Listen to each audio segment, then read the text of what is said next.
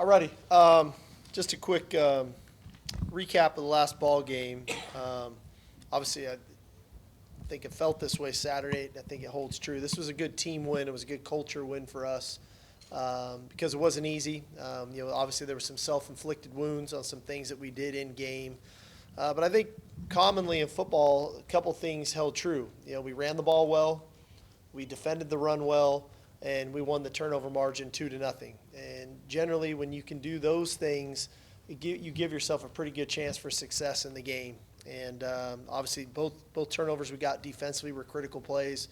Interception in the end zone, and then obviously the forced fumble there late in the game, and our ability to kind of control the fourth quarter there with our ability to run the ball, give our defense a little bit more rest, I thought was important. And that's kind of been a common theme here over the last 3 weeks. We've ran the ball well, we've stopped the run, and we've created more turnovers, and we've limited our turnovers offensively. So I think all in all, that formula for success for us is good, and that's something that we're going to have to continue to do moving forward because this week we're going to play a very good team on the road, a veteran football team, Oklahoma State. Coach Gundy's done a great job.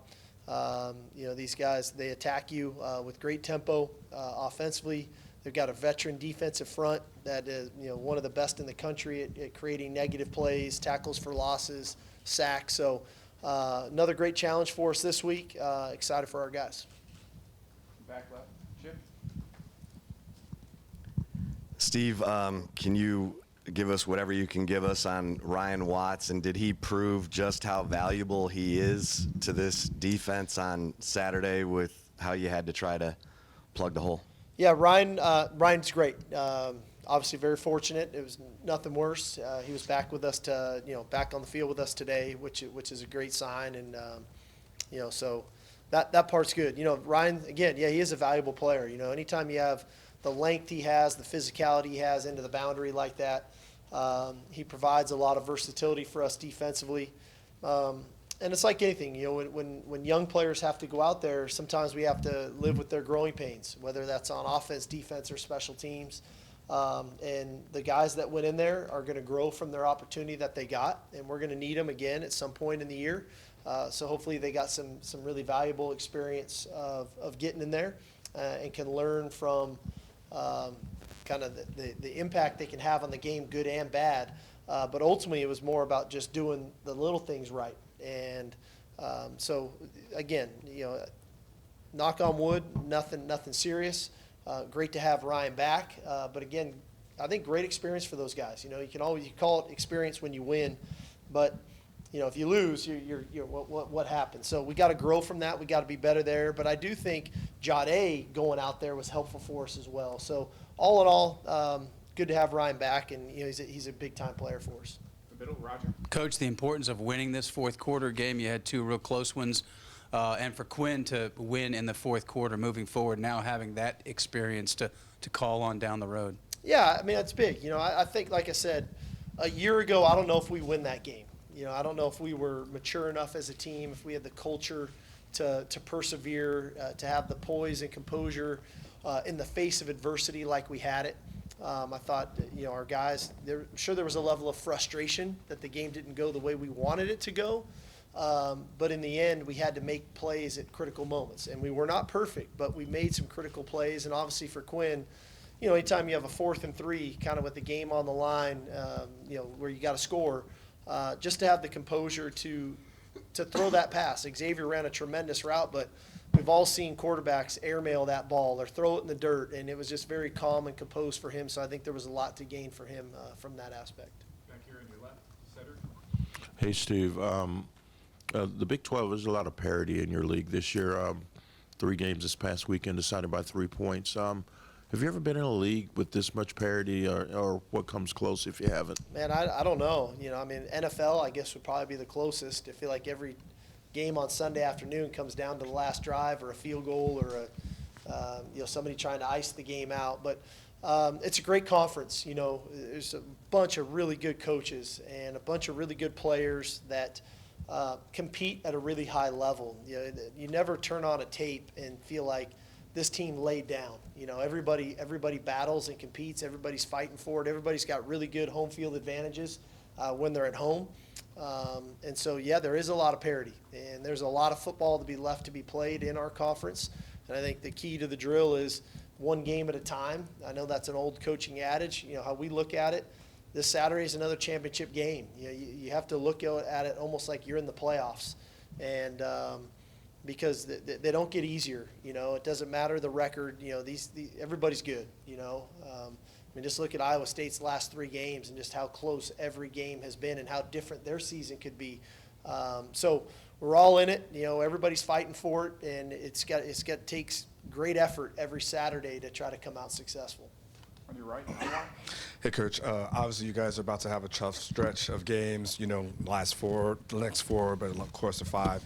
But 3 of your next 4 are on the road, and obviously that was an area of struggle for you guys last season. What's kind of the key to having more success on the road, especially, like I said, with what you guys got coming on the schedule? Well, I think it starts with maturity. I think when you can mature, and I'm not always talking age, I'm just thinking maturing in our program, in our process of the things that we place importance on, then you can have poise and composure. I think poise and composure is really important on the road.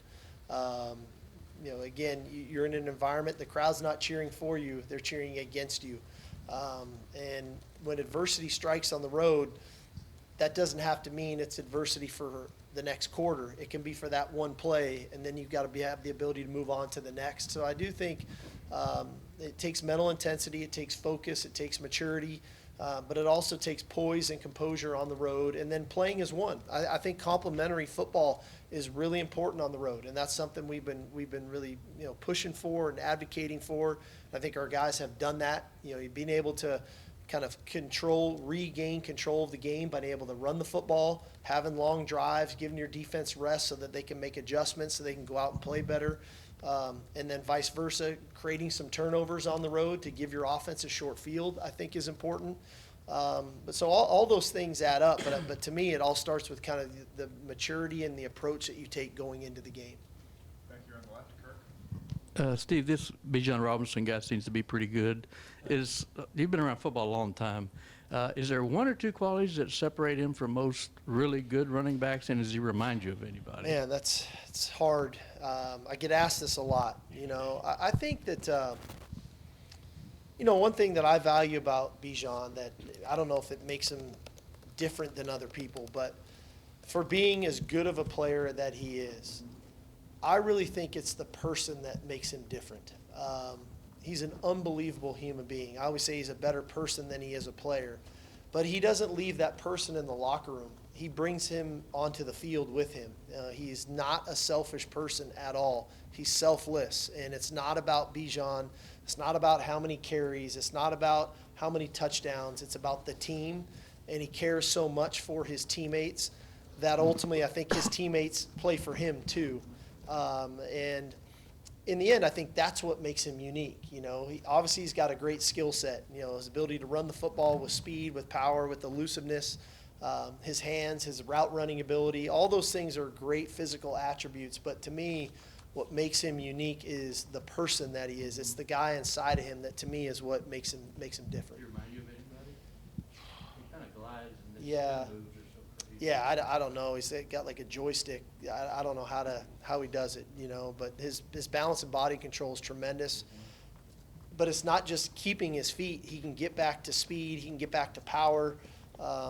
His ability to adjust to the football in the air and then make catches that most receivers can't make. I mean, all those are the physical traits are pretty incredible. I don't know, you know. I mean, I see glimpses of Reggie in there for sure, just the ability to catch the ball and run routes. But the power and the ability he can run between the tackles is unique as well. On your right, Joe. I know you coached against Derek Mason before, but a lot of reports from Stillwater are that when he showed up, he didn't want to change much of their defense from last year because it was successful. Do you see a lot of same stuff as last year? Do you see some of Coach Mason's fingerprints? What do you see from their defense? I see a combination of both. You know, they obviously had a tremendous defense last year, and I'm sure before I got here, but last year most notably with Coach Knowles and what they did. They had really good players, veteran players. They had a really good scheme. I got a lot of respect for Coach Mason. You know, he's been doing it for a long time. And I think he came in and with his kind of just expertise at defensive football. I think he adopted a lot of what they did, but you can definitely see his fingerprints on it as well. I think he's like good coaches do. They're trying to do what's best for their players to have success, and you can see him trying to do that. On your left, Danny. Steve, going back to the road question, did you this offseason or at the beginning of the season decide to switch anything up with your routine, or just kind of how y'all handle, I guess, the lead up to road games?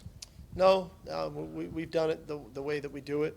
I think more so it's about getting comfortable in our routine and understanding why we do the routine. It was more digging into the why we do what we do on the road rather than changing it again. You know, I'm a big believer in habits and routine and knowing your routine and sticking to it. So feel good about what we do. And I think the guys are really understanding it now and are helping the new guys buy into what and why we do what we do when we go on the road. Back middle, Ed. Coach, two-part question. What's the best quality of Spencer Sanders, the Oklahoma State quarterback? And have you ever been to Stillwater, Oklahoma? I'm going to go backwards. Do you mind? I don't mind. Never been to Stillwater. That was an easy one.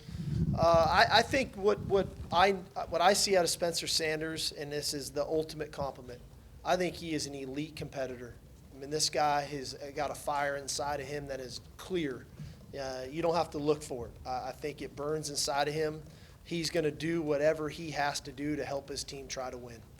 Run it, throw it, motivate, go tackle a guy, go block a guy. I think this guy's he's a winner, you know, and he's got it, man. He's a impressive young man, and you can tell he's the leader of that team, and you can see the guys rally behind him. I noticed something Saturday watching their game that I thought was a pretty special moment. You know, they lost a tough game. That was a tough loss. But as soon as that game was done and their crowd went to rush the field, he had 2 or 3 offensive linemen get around him to make sure nobody could get to him as they got to the locker room. To me, that's a sign of a guy that's got respect of his teammates, that they'll do anything to protect him. So, cool competitor. You know, love what he does. Looking forward to competing against him. You know, that's what it's about. On your far left, Chip. Steve, a little bit of a sluggish start for Quinn in the game against Iowa State. Was there anything that you saw or noticed about that, and then his ability to get it going? Yeah, I think part of it's growing pains. You know, like when you think about it, that was his 4th career start. You know, and somewhere in here the guy had to be human. You know, he had to you know, miss a couple throws, make kind of a bonehead error of trying to throw a screen away, and you throw it backwards. It's like, okay, here we go. This is now he's being normal here for a minute.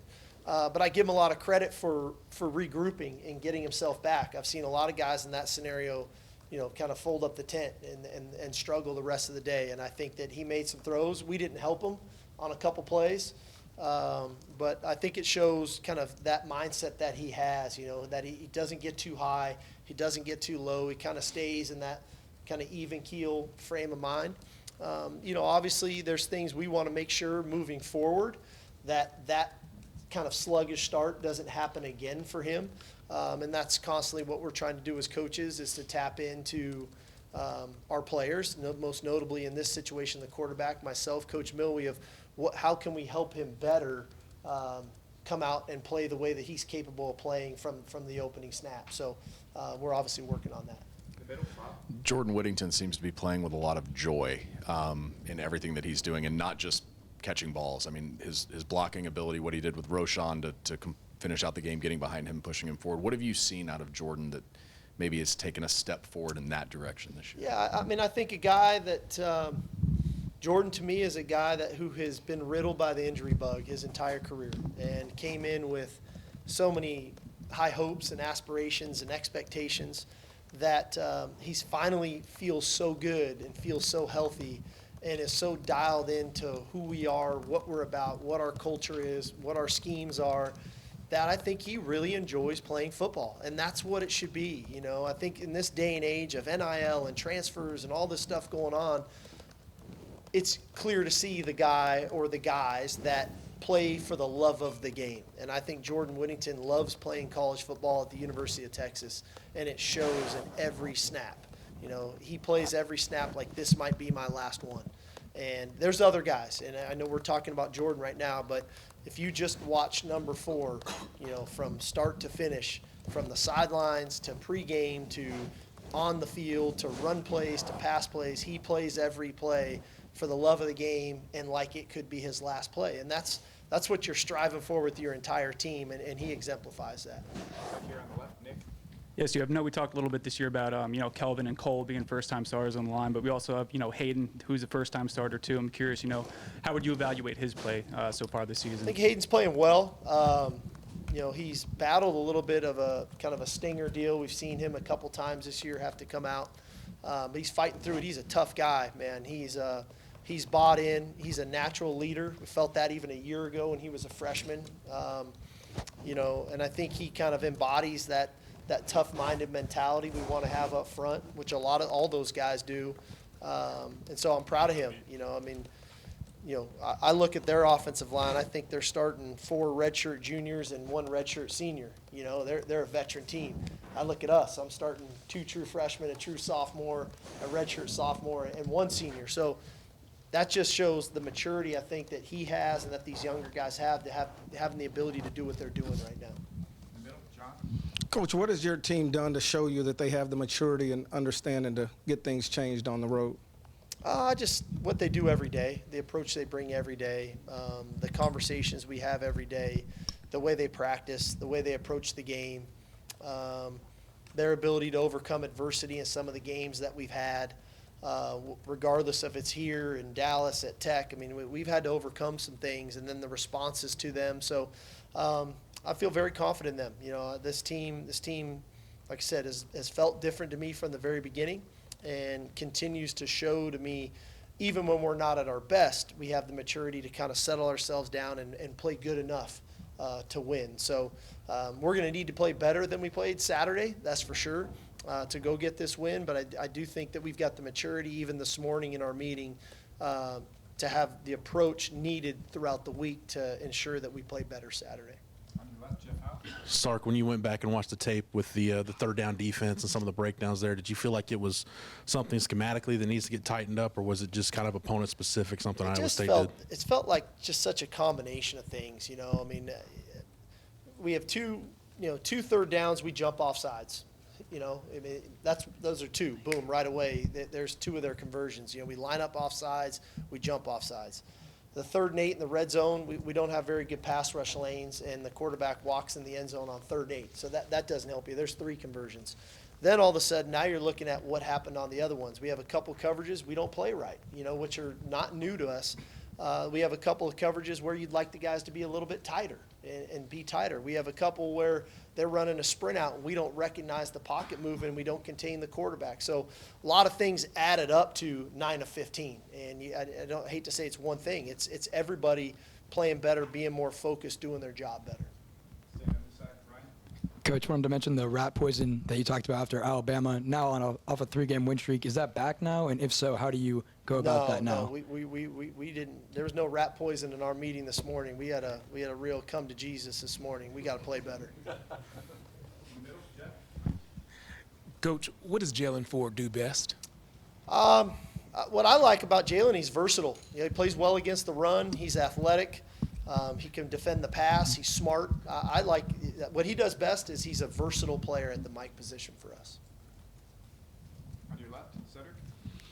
Steve, Sanders has a various athletic skills.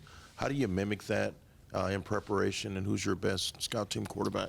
I think our best scout team guy is Malik Murphy. I think Malik can show us the arm strength, the versatility, the variety of throws, but yet is athletic enough to do the things that Spencer does because he is a multifaceted guy. He can run it on called runs. He can throw it. He can improvise with his legs. So he's a hard guy to emulate, but Malik will be the guy this week to do that. In the middle, Roger. Sark, 8 straight games now, training camp before that. You talk about mental toughness. You got a lot of young guys that haven't been through this grind. Is there also a mental fatigue part that you have to keep an eye on? When it's time to be intense, we're intense. When it's time to be light, we're light. So I feel good about our focus, our frame of reference of where we're at in the season. we're obviously, I believe in science, and so we're obviously monitoring how much we're working our guys, how much we're pushing them.